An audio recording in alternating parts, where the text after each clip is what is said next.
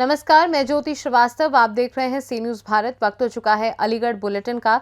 Aligarh bulletin में बात करेंगे थाना क्वारसी क्षेत्र की, जहां कंपाउंडर द्वारा गलत इलाज करने पर बच्चे की हुई मौत। आगे बात होगी ग्लास कस्बे की, जहां आरएलडी कार्यालय पर आयोजित की गई भाईचारा सम्मेलन व प्रेस वार्ता मीटिंग। साथ ही आगे चर्चा होगी थाना दिल्ली क्षेत्र की, जहां महिला पर दबंगों ने जानलेवा हमला कर किया घायल। इन तमाम खबरों पर होगी विस्तार से चर्चा।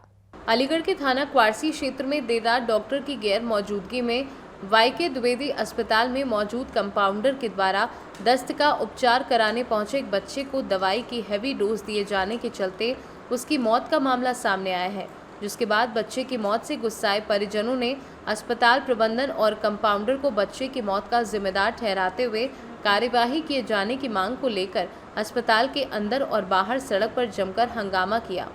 अस्पताल परिसर में मृतक बच्चे के परिजनों द्वारा किए जा रहे हंगामे की सूचना पर इलाका पुलिस मौके पर पहुंची और अस्पताल परिसर में हंगामा कर रहे मृतक बच्चे के परिवार के लोगों को अस्पताल प्रबंधन के खिलाफ कार्यवाही किए जाने का आश्वासन देते हुए मामले को शांत कराया गया। तो वहीं मौके पर मौजूद पुलिस मृतक बच्चे के परिवार के लोगों से मामले को लेकर जानकारी करते हुए जांच में जुटी हुई है। वहीं आपको बता दें कि बच्चे की मौत के जिम्मेदार कंपाउंडर ने क्या कुछ कहा, आप भी सुनिए। क्या नाम है आपका? आप कहाँ पर कंपाउंडर है?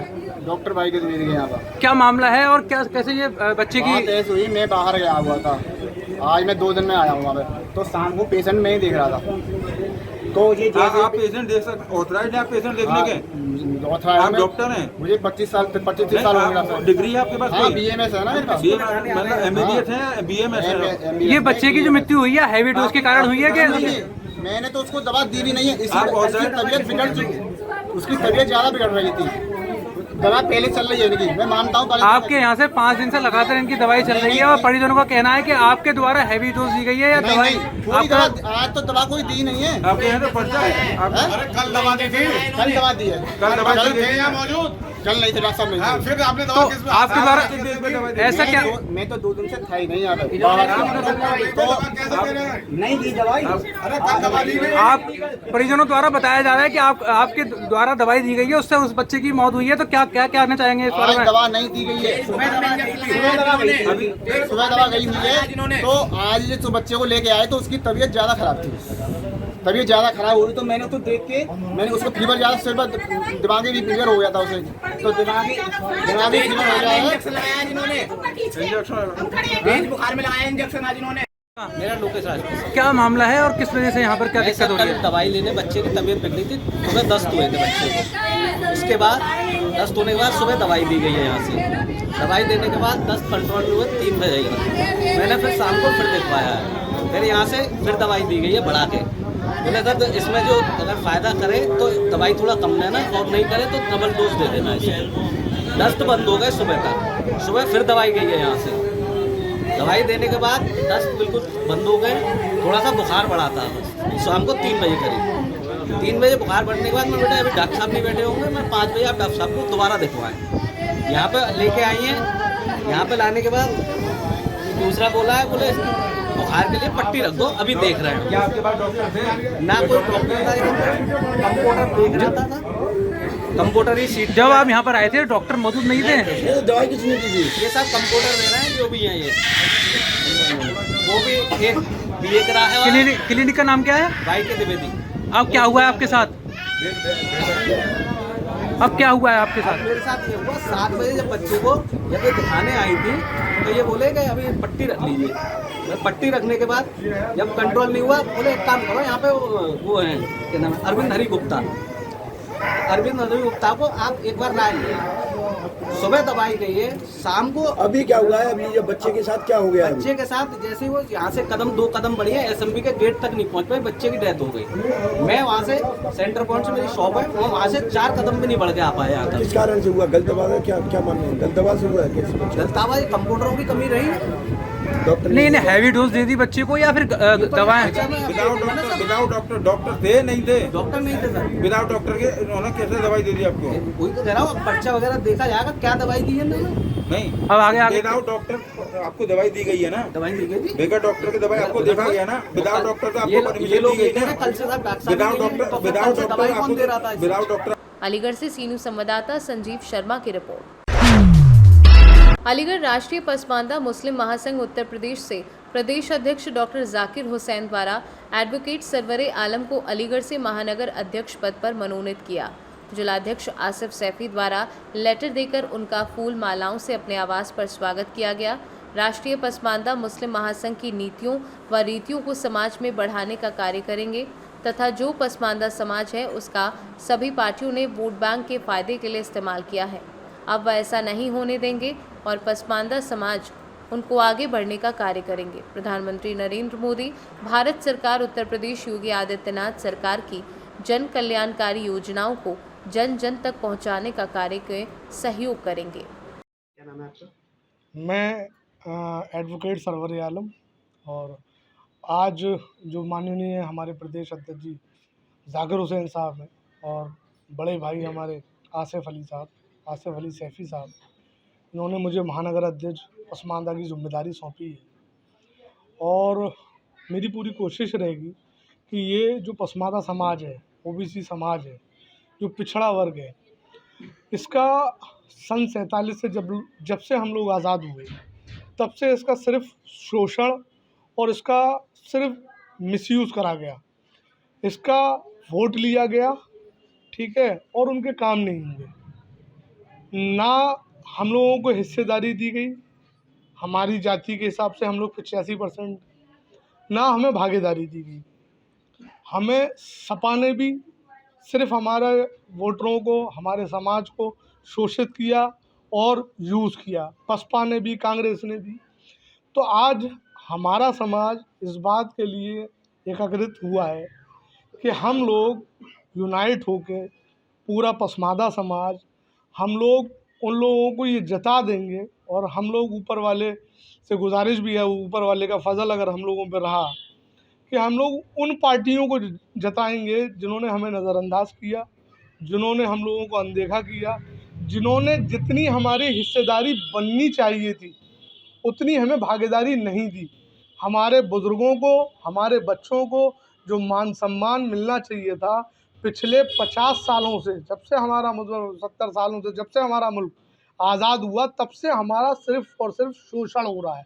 हम इनको ये बता देंगे कि आज का जो पसमानदा समाज है, हमारा समाज चाहे आधा रोटी कम खा ले मगर बच्चों को शिक्षा को करा रहा है, शिक्षित हो रहे हैं और जागरूक हो रहे हैं कि हमें किसको चुनना है।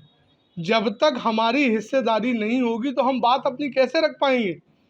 आप आंकड़े उठाइए सपा गवर्नमेंट के 47 से कितने पसमानदा लोगों को इन्होंने हिस्सेदारी दी, बसपा ने कितने लोगों को हिस्सेदारी दी, ठीक है, कांग्रेस ने कितने पसमानदा के लोगों को हिस्सेदारी दी। आज माननीय मोदी जी, माननीय योगी जी, माननीय हमारे राष्ट्रीय अध्यक्ष जी सलाउद्दीन साहब, माननीय हमारे प्रदेश अध्यक्ष जी याकूब हुसैन साहब, जाकिर हुसैन साहब, इन लोगों को ये जिम्मेदारी गई है और ये लोग पसमानदा को जोड़ रहे हैं। बाकायदा लोगों को काम हो रहे हैं, मदरसे रजिस्टर्ड हो रहे हैं, और भी सुविधाएं जो ओबीसी समाज को देनी चाहिए वो दे रहे हैं। आपके द्वारा किस तरह कार्य अलीगढ़ में किया जाएगा? देखिए, मैं एज अ पसमानदा एक वर्कर हूँ, एक पार्टी का आज मुझे जिम्मेदारी दी गई है। मैं इस विधानसभा पे अपने जितने भी पसमानदा समाज के लोग हैं उन लोगों को जागरूक करूँगा कि वो ज़्यादा से ज़्यादा बीजेपी से जुड़ें, भाजपा को वोट करें, और ये जितनी भी जिन्होंने ये चेहरे नकाब लगा रखे हैं और पार्टियों ने, जैसे सपा हुई, बसपा हुई, जो सिर्फ आपका वोट लेती है और आपको मिसयूज़ करती है, उनका नकाब हम लोगों को हटाने का, उन लोगों का हटाने का हम लोग काम करेंगे और पूरा प्रयास करेंगे। और इंशाअल्लाह अल्लाह की ज़ात से उम्मीद है कि ये भाई हमारे आसिफ साहब हैं और ये हमारे जितने भी बुजुर्गान दीन हैं, हमारी जो भी टीम है उसमें बढ़ चढ़ कर हिस्सा लेगी, और हम लोग कोशिश करेंगे कि हमारे जितने भी पसमानदा लोग के समाज हैं उन लोगों को पहले जागरूक करें कि हमारे साथ क्या नाइंसाफ़ियाँ हुई हैं और भाजपा हमारे साथ क्या इंसाफ कर सकती है और क्या कर रही है। शुक्रिया, बहुत बहुत शुक्रिया। जी, आसिफ सैफी। आज किसको आपने मनोनीत पत्र दिया है और क्या है पूरा?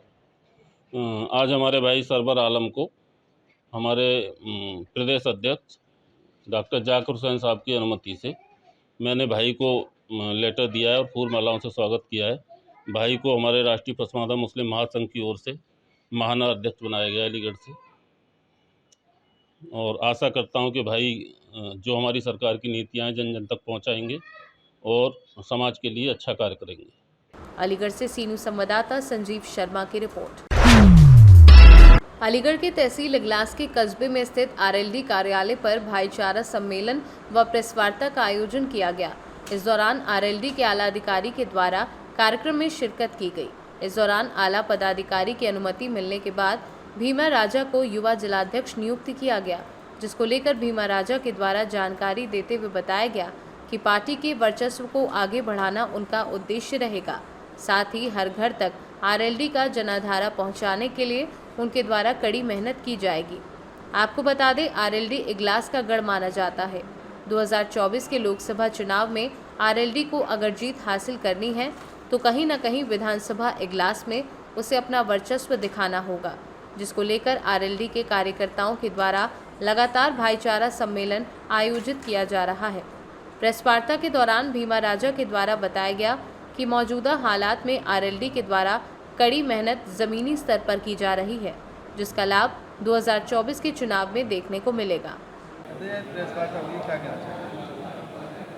देखिए, जैसा कि आज हम लोग यहाँ देख रहे हैं, अलीगढ़ जनपद के युवा जिलाध्यक्ष की जिम्मेदारी यहाँ के एक नौजवान भीमा चौधरी को दी गई है, भीमा राजा को। उसी संबंध में यहाँ हम लोग उपस्थित हुए हैं और आशा करेंगे कि ये नौजवान जो है इस जनपद में नौजवानों की अच्छी संख्या जोड़ने का काम करेंगे, पार्टी को मजबूत करने का काम करेंगे। आगामी आने वाला जो चुनाव है उस चुनाव में भी अच्छी अपनी भूमिका निभाएंगे। इसके साथ साथ इस आज के कार्यक्रम के अलावा हम लोगों ने चर्चा भी की है कि अभी फ़िलहाल राजस्थान हमारे नज़दीक का प्रदेश है, उस प्रदेश में भी चुनाव चल रहा है, जहां पर भरतपुर हमारे बिल्कुल नज़दीक की जुड़ी हुई विधानसभा है। वहां पर यहाँ के सभी सम्मानित साथियों से हमने आग्रह किया है कि उस सीट पर जाकर के पार्टी को मजबूत करने का काम करें। जैसे भाईचारे की बात हो रही है, प्रेस वार्ता के साथ साथ भाईचारा सम्मेलन हो रहा है, लेकिन मौजूदा पदाधिकारियों की अगर आरएलडी की बात कही जाए, 2024 का चुनाव नज़दीक है, अब अपने पदाधिकारियों को इकट्ठा नहीं कर पा रहे, तो 2024 का चुनाव कैसे लड़ा जाएगा? देखिए, ये कोई विशेष बात नहीं है, इन बातों पर ज़्यादा चर्चा करने की आवश्यकता नहीं है, क्योंकि इस समय काम किसानी का चल रहा है, आलू की बुवाई चल रही है, कोई कहीं ना कहीं व्यस्तता का कारण रह सकता है और ये आनन फानन में तुरंत एक इमीडिएट बुलाई गई मीटिंग है, इसलिए कोई इस पर विशेष चर्चा की आवश्यकता नहीं है। क्या रहेगा 2024 में चुनाव? 2024 में हम लोग इंडिया गठबंधन में हैं और हमारे राष्ट्रीय अध्यक्ष माननीय जयंत चौधरी जी हम लोगों को निर्देशित करेंगे कि हम इतनी लोकसभा सीटों पर, क्योंकि अब ये विषय ऊपरी स्तर का है, ये उच्चस्थ जो नेता हैं उन लोगों के बीच की चर्चा है, हमको तो आदेश किया जाएगा, हम लोग उस हिसाब से पार्टी को मजबूत करते हुए चुनाव लड़ाने का काम करेंगे। आप ही के कुछ कार्यकर्ताओं का कहना है ज़्यादातर लोगों को भरोसा दिलाया जाता है टिकट सबको मिलेगी, फिर एक प्रत्याशी को उतारा जाता है, तो उसके बाद जो है काफ़ी प्रत्याशी नाराज हो जाते हैं। ये देखिए मेरी बात सुनिए, ये पार्टी की ओर से ऐसा नहीं है, पार्टी किसी को घर जाके नहीं कह रही है कि तू चुनाव लड़। ये हम लोगों की आपसी कहीं ना कहीं प्रयास है, हमारे कहीं ना कहीं राजनीतिक रूप से हमारे अंदर उत्साह है, ये उत्साह का कहीं ना कहीं एक बढ़ोतरी है पार्टी के प्रति, तो हमारा परिवार बढ़ रहा है। ये परिवार के बढ़ने का कारण है कि एक विधानसभा सीट पर 10 लोग टिकट मांग रहे हैं या एक, देखिए ये सब राजनीति में चलता है, ये राजनीति में कोई नई चीज़ नहीं है। विधानसभा एक होती है 10। आपके जो पदाधिकारी हैं उनका ये कहना, अन्य पार्टियों में ऐसा नहीं होता है। नहीं, ऐसा नहीं है, ये आम चलन है, ये सभी के साथ होता है, सभी पार्टियों में होता है, ये सब में होता है, सभी के साथ होता है, अक्सर होता है। आप ही के कार्यकर्ता कह रहे हैं कि ऐसा नहीं होता है। अब कह सकते हैं, स्वतंत्र है, ये तो स्वतंत्र है, इसमें तो कहने को कोई किसी को रोक थोड़ी सकता है। किस तरीके का कार्यक्रम वगैरह हुआ है? आज मेरे युवा जिलाध्यक्ष पर प्रेस वार्ता की गई। तो क्या कहना चाहेंगे, किस तरह की रणनीति रहेगी? चौधरी जयंत जी द्वारा, मेरे युवा के राष्ट्रीय अध्यक्ष चंदन चौहान जी द्वारा, प्रदेश अध्यक्ष रविंद्र पटेल जी के द्वारा, ब्रज क्षेत्र अध्यक्ष हमारे उमेश चौधरी द्वारा मुझे युवा जिलाध्यक्ष घोषित किया गया। मैं अपने साथ जिले के सभी युवाओं को लेकर बहुत अच्छी तरीके से काम करूंगा और पूरे प्रदेश में अलीगढ़ जिले में राष्ट्रीय लोकतंत्र को आगे बढ़ाने का काम करूँगा। क्या नाम है? भीमा राजा, युवा जिलाध्यक्ष अलीगढ़। अलीगढ़ से सी न्यूज़ संवाददाता संजीव शर्मा की रिपोर्ट। अलीगढ़ में नगर निगम से परेशान होकर लोगों ने घर के बाहर लगाए मकान बिकाऊ के पोस्ट। सीवर लाइन चौक होने के चलते आधा दर्जन से अधिक मकान में दरार पड़ी है। इतना ही नहीं, सीवर लाइन चौक होने के चलते लोगों के घरों में गंदा पानी भर गया है। लोग गंदा पानी पीने के लिए मजबूर हो रहे हैं। नहाने के लिए समरसेबल में भी गंदा पानी आ रहा है। आधा दर्जन से अधिक लोगों ने पोस्ट लगाए हैं। शिकायत के बाद भी नगर निगम ने समस्या का कोई समाधान नहीं किया है और ये पूरा मामला सिविल लाइन थाना इलाके के पॉश कॉलोनी लेखराज नगर का बताया जा रहा है। ये बताइए आपका क्या नाम है और आपने ये पोस्टर जो लगाए क्यों लगाए, क्या वजह है? देखिए, हम लोग सन 72 से यहाँ के निवासी हैं। बीच बीच में स्थिति खराब आती थी। अभी देख रहे हैं कितना सीवर लाइन बंद है। पिछले एक साल पे 23 सितंबर 1922 से हमने पहला आवेदन दिया नगर निगम को। उस पर सुनवाई नहीं हुई। बीच बीच में अधिकारियों के पास हमारे और निवासी जो है यहाँ के जाते रहे, शिकायत करते रहे, लेकिन वो ये कहते रहे कल कराएंगे, कल कराएंगे, कल कराएंगे, और वो आज तक कभी कल नहीं आई। और आप स्थिति को खुद आप लोग करिए। मेरे घर की कुछ बाउंड्री जो है हिलने लगी है, सीलन से पेंट सब खराब हो गया, प्लास्टर उतरने लगा है। आप स्थिति को खुद अवलोकन करें कितनी बुरी हालत है। इस स्थिति में लोगों के समरसेबल में नाली का पानी आ रहा है। इतनी स्थिति खराब है कि कुछ कह नहीं सकते। बार बार कहने पे आज मेयर से कहा गया, तब उन्होंने अपने PRO को भेजा। काफ़ी देर यहाँ पर रहे, फिर GM भी आए, वो भी एक ही भाषा। देखिए, अब तो परेशानी हो गई, कोई बात नहीं है, कल से हम कराते हैं। वो कल का चक्कर आज तक हमारी समझ में नहीं आ रहा। किस तरह के पोस्टर लगाए आपने? भाई क्या करें, जब यहाँ पर रहते क्या पोस्टर क्या लगाए? पोस्टर ये नगर निगम की कार्रवाई से हम लोग संतुष्ट नहीं है। हम लोग अपने मकान बेचना चाहते हैं। क्या नाम है आपका? सुभाष शुक्ला। कौन सी जगह है ये? नगला जहाँ लेखना नगर है, DM साहब के आवास के पीछे। अलीगढ़ से सी न्यूज़ संवाददाता संजीव शर्मा की रिपोर्ट। जनपद अलीगढ़ के क्वारसी स्थित समाजवादी पार्टी कार्यालय पर अल्पसंख्यक सभा के महानगर अध्यक्ष अनीश नानी द्वारा अपनी कार्यकारिणी टीम की गई गठित। उनका पत्र देकर दी गई जिम्मेदारी। अल्पसंख्यक महानगर अध्यक्ष द्वारा बताया कि प्रदेश अध्यक्ष नरेश उत्तम पटेल द्वारा जो मुझे जिम्मेदारी दी गई है, 2024 लोकसभा चुनाव को लेकर जनपद अलीगढ़ में समाजवादी पार्टी की तरफ से तैयारी शुरू हो गई है। अल्पसंख्यक मोर्चा द्वारा कार्यकारिणी का गठन कर दिया गया है और जिम्मेदारी सौंपी गई है। वोट बढ़ाने की घर घर जाकर वोटर लिस्ट में नाम बढ़वाया जा रहा है। और क्या खास निर्णय लिए? समाजवादी पार्टी ने दोबारा से मुझे राष्ट्रीय अध्यक्ष जी ने, सबसे पहले तो मैं अपने हाईकमांड का बहुत बहुत शुक्रिया अदा करता हूं कि मुझे दोबारा जिम्मेदारी सौंपी है और मैं इस जिम्मेदारी पे खरा उतरूँगा। पार्टी हित में पार्टी को मजबूत करूँगा। अल्पसंख्यक सभा पे पूरा कार्यकाल करूँगा। इससे पहले भी मैंने जो कार्यकाल किया है पार्टी की, वो पार्टी के हाईकमांड की नॉलेज में है और पार्टी के इतने मजबूत काम करूँगा। पार्टी को मजबूत करूँगा और पार्टी की नीतियों को लेकर जन जन तक जाऊँगा। पार्टी को मजबूत करने का कार्यकाल करूँगा। आज मैंने अपनी कमेटी घोषित की है, जिसमें कि 15 मैंने महानगर सचिव बनाए हैं, 10 कार्यकारिणी सदस्य बनाए हैं और 6 उपाध्यक्ष बनाए हैं, 1 कोषाध्यक्ष है, 1 महानगर अध्यक्ष, ये 1 विधानसभा अध्यक्ष है, 1 कोल विधानसभा अध्यक्ष है। और मैं जितना भी अभी तक मैंने पार्टी के लिए वर्क किया है, तमाम मेरे सीनियर साथियों को, मेरे बड़े भाई हमारे सरपंच अब्दुल हमीद गोजी साहब, हमारे साथ महानगर के शानदार अध्यक्ष, हमारे बड़े भाई महानगर महासचिव मनोज यादव जी और हमारे सीनियर लीडर, हमारे सीनियर साथी आदरणीय बड़े भाई गिरीश यादव जी हमारे साथ सहयोग में हैं। आदरणीय बड़े भाई पूर्व जिलाध्यक्ष अशोक यादव जी हमेशा हमें सीनियरिटी के बारे में समझाते रहते हैं कि परिस्थिति में इस तरह जाना है, पार्टी के हित में इस तरह काम करना है। तो मैं सभी के सहयोग से पार्टी की नीतियों को आगे बढ़ाएं। जी, वहीं पर बीजेपी पार्टी के द्वारा एक मैसेज अभियान चलाया गया जो मदरसों को लेकर आवाज़ उठ रही है, जो इलीगल मदरसे उनको जांच की जाए और जो मदरसे। देखिए, वो विपक्ष क्या करता है क्या नहीं करता है, विपक्ष के ऊपर है किस तरह का विपक्ष करेगा। हमें जो लीगल कार्य ऊपर से होगा, ऑर्डर होगा, हम उस पर काम करेंगे। अलसब समाज से आप बात करते हैं, अलसब समाज में मदरसों जो पढ़ाया जा रहा है बच्चों जी, जो मदरसे लीगल है तो और उसके बारे में मशवरा के लिए मशवरा करता है। अच्छा, अलीगढ़ में 2024 को लेकर समाजवादी की क्या रणनीति है? समाजवादी की रणनीति, समाजवादी के कार्यकर्ता पूरी जान से मेहनत करेगा। समाजवादी की नीतियों को राष्ट्रीय अध्यक्ष जी की आदरणीय बड़े भाई समाजवादी पार्टी के पूर्व मुख्यमंत्री अखिलेश यादव जी की नीतियों को लेकर तमाम जन जन तक जाएंगे और हर संघर्ष के लिए, हर लड़ाई के लिए पार्टी का एक एक पदाधिकारी और तैयार है लड़ने के लिए, हर जंग के लिए तैयार है। और पार्टी का एक एक वोटर तक जाएंगे और जो वोट जिस धांधलेबाजी इस तरह धांधलेबाजी की है, इस तरह इस बार धांधलेबाजी बर्दाश्त नहीं की जाएगी। चुनाव आते ही समाजवादी क्यों अपडेट हो जाती है? चुनाव से पहले क्यों नहीं दिखाई देती? नहीं, ऐसा आपको लगता है? ऐसा कुछ नहीं कि समाजवादी पार्टी हमेशा संघर्षशील है, संघर्ष करती है। समाजवादी की पार्टी कार्यकर्ता हमेशा रोड पर रहते हैं और समाजवादी पार्टी हर संघर्ष के लिए तैयार है। महीने के प्रथम शनिवार को समाजवादी पार्टी की मासिक बैठक होती है। आज मासिक बैठक भी थी और उसी बैठक में हमारे अल्पसंख्यक सभा के महानगर अध्यक्ष अनीस भाई नानीवालों ने अपनी कमेटी की घोषणा की है।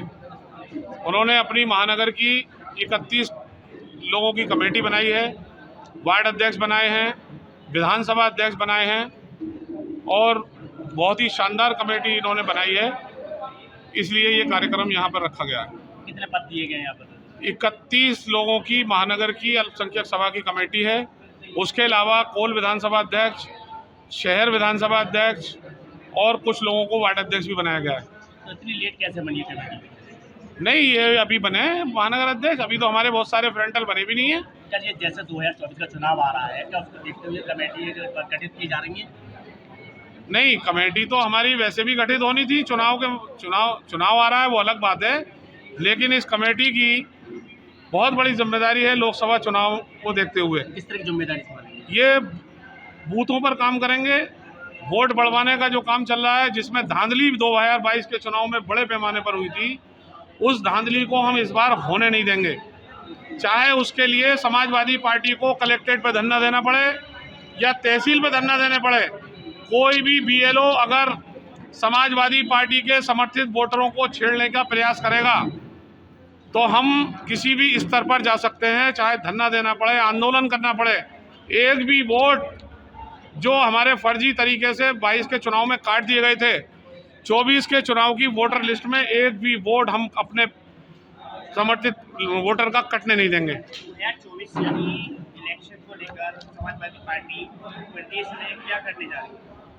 जी, 2024 इलेक्शन को लेकर समाजवादी 2024 के चुनाव की पूरे प्रदेश में जोर शोर से समाजवादी पार्टी तैयारी कर रही है।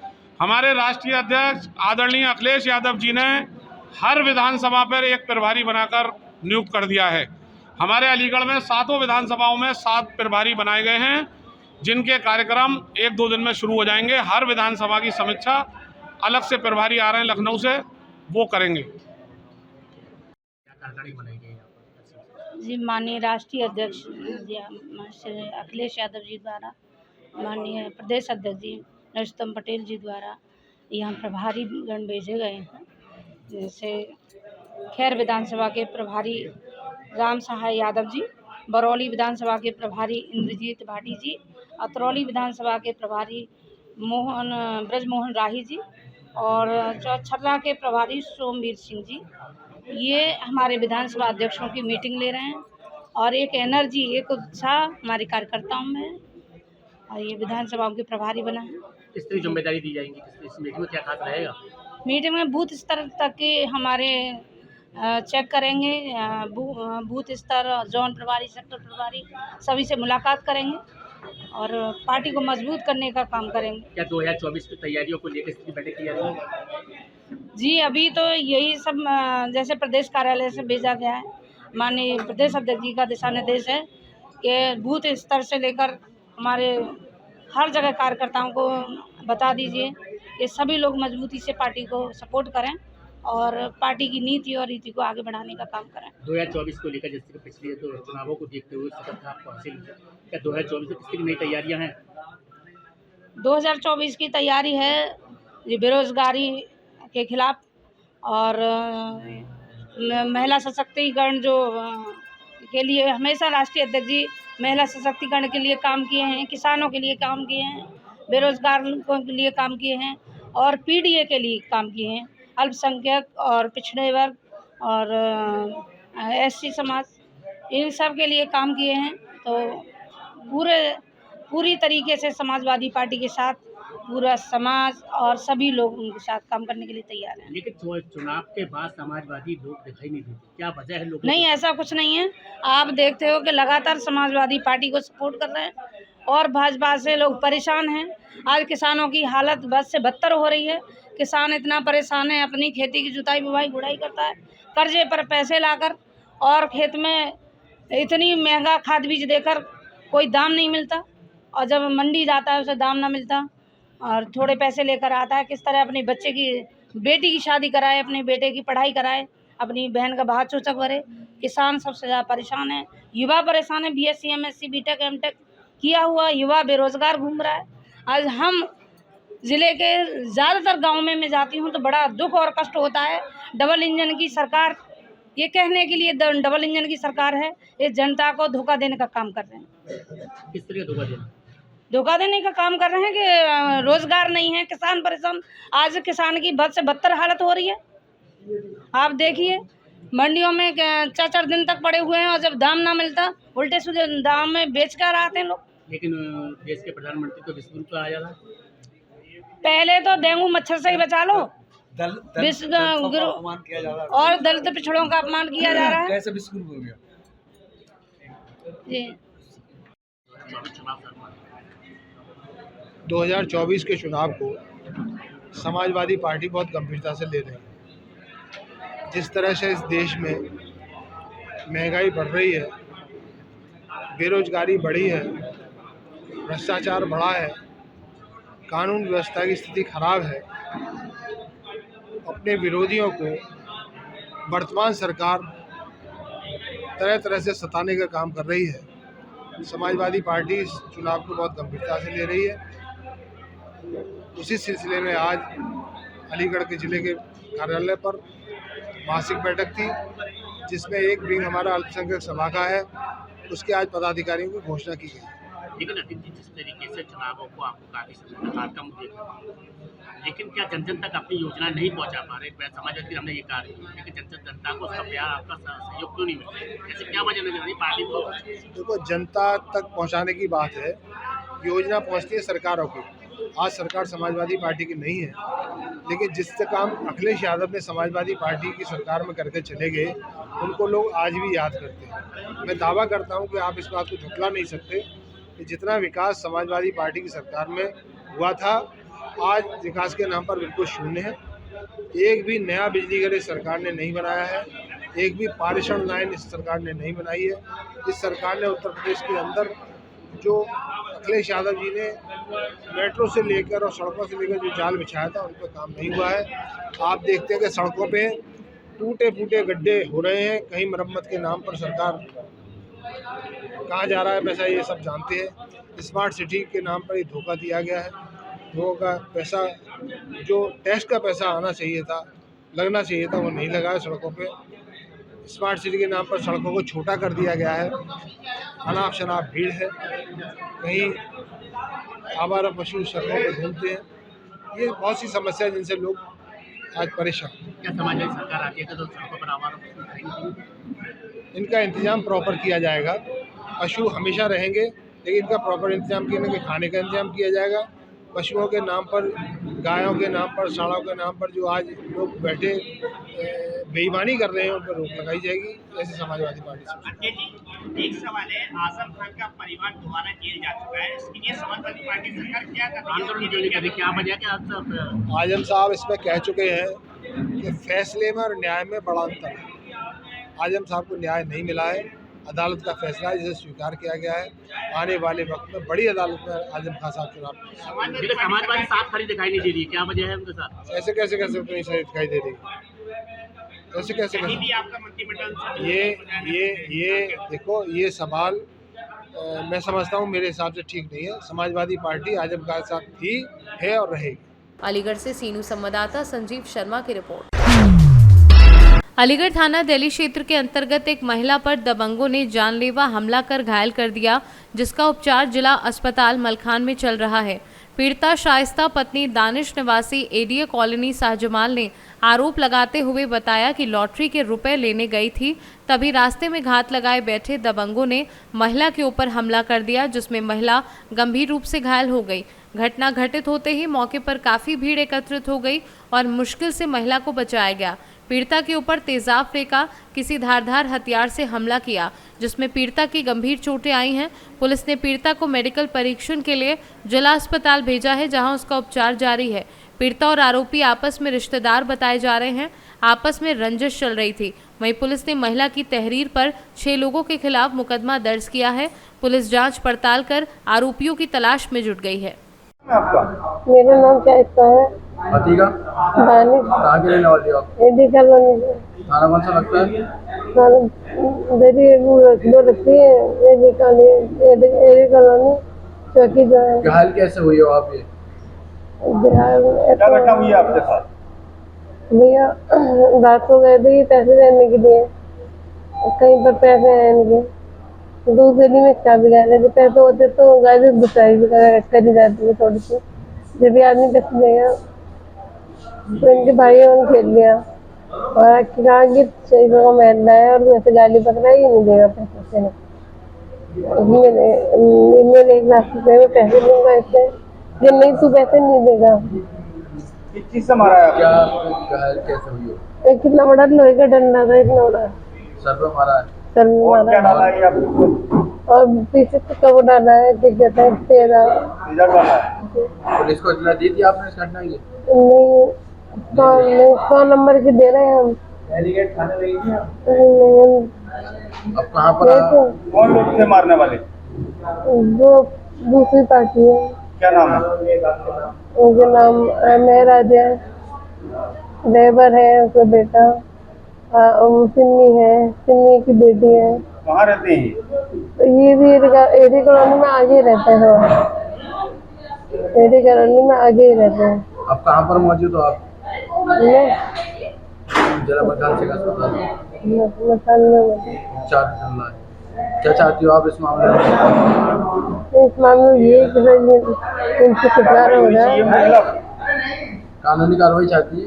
कानून कार्रवाई चाहते हैं। कोई थाने में तहरीर दी आपने? मेरी हाँ बहुत सारी एप्लीकेशन दबाती रहती हूँ कि न जाने क्या वो बच्चों को मारने की बोल रहे हैं। ये पापा तो सुबह के जाते हैं और रात तक आते हैं। बच्चों को ये चाहते हैं। मेरा नाम मोहम्मद दानिश। ये जो घायल है मेरी वाइफ को आज 10-12 लोगों ने, करीब वो पैसे लेने गई हुई थी लॉटरी के, जब भी 10-12 लोगों ने पकड़ के मारा। उसके क्या नाम है, उसके भाई के ससुरालियों से विवाद चल रहा था। उसी विवाद में 10-12 जिसमें 8-10 लोग जेंट्स थे, 2-4 लेडीज थी, मार पिटाई। ये शाहजमाल एडीए कॉलोनी थाना डेलीगेट का मामला है।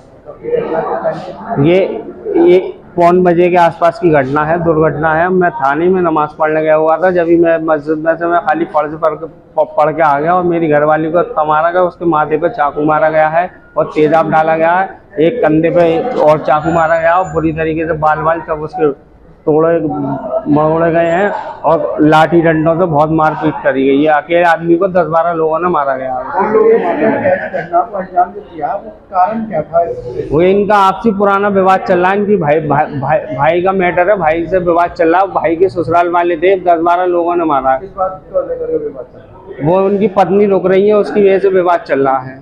और हम लोग तो शराबत से रहते हैं और कोई बात नहीं है। हम सुबह 10 बजे जाते हैं, रात को 12 बजे घर पे आते हैं। जोधपुर चौराहे पे मैं दुकान चलाता हूँ चश्मे वेल्डिंग की, और उसके कारण ना हम लोगों को परेशान कराया जाता। और इससे पहले भी मुझे जेल भिजवा दिया गया बिना फालतू में 307 में। और मैं इतना मतलब ससुराल वालों से रखता नहीं हूँ और मेरे साथ आए दिन मारपीट और दुर्घटना करते रहते हैं, मेरी घरवाली के साथ, मेरे बच्चों के साथ। ये आपकी वाइफ है? जी, शाइस्ता बेगम मेरी वाइफ है। आए दिन मार पिटाई करते रहते हैं ये लोग। आपको कैसे जानकारी हुई कि साथ में? मेरी बेटी ने ना, मेरी लड़की है 9 साल की, उन्होंने कॉल करके बुलाया। बोला ऐसे पापा अम्मी को 10-12 लोगों ने मारा। उस बच्ची ने बताया था। मैं मस्जिद से फर्ज पढ़ के भागा, जब उसका क्या नाम है, मैंने उसका क्या नाम है घर पे आन के देखा मेरी पत्नी सड़क पर पड़ हुई थी। आपने पुलिस को इत्तला दी? मैंने पुलिस को कई दफे कॉल करने की 112 पे कॉल करी, कॉल नहीं उठी। और उसका क्या नाम है, मेरी वाइफ को बहुत मारा गया। मैं थाना डेलीगेट लेके गया, उन्होंने भी उन्होंने कानूनी कार्रवाई करने से कह दिया कि एप्लीकेशन लिखवा के लाओ। मैं अकेला था, मेरी वाइफ की हालत ज़्यादा खराब हो रही थी, तो इस चक्कर में मैं अपनी वाइफ को सीधा मलखान सिंह ले आया। जी, ट्रीटमेंट चल रहा है यहाँ पे मलखान सिंह में। अभी कोई पुलिस की सुरक्षा नहीं मिली है, कुछ नहीं मिली गई है। और उसका मैं तो कानूनी कार्रवाई चाहता हूँ। इन गुंडों की गिरफ्तारी होनी चाहिए। तेजाब डाला गया, उसके चाकू मारा गया 2 जगह, एक माथे पर, एक शोल्डर पर। कहाँ रहते हैं आप? छायामाल रेडियो कॉलोनी, थाना डेलीगेट रहता हूँ। क्या नाम है? मेरा नाम मोहम्मद दानिश। पिता का नाम क्या है? मेरे पिताजी का नाम चमन खां। अलीगढ़ से सी न्यूज़ संवाददाता संजीव शर्मा की रिपोर्ट। फिलहाल के लिए अलीगढ़ बुलेटिन में बस इतना ही। देश दुनिया की बाकी खबरों को जानने के लिए आप देखते रहिए सी न्यूज़ भारत।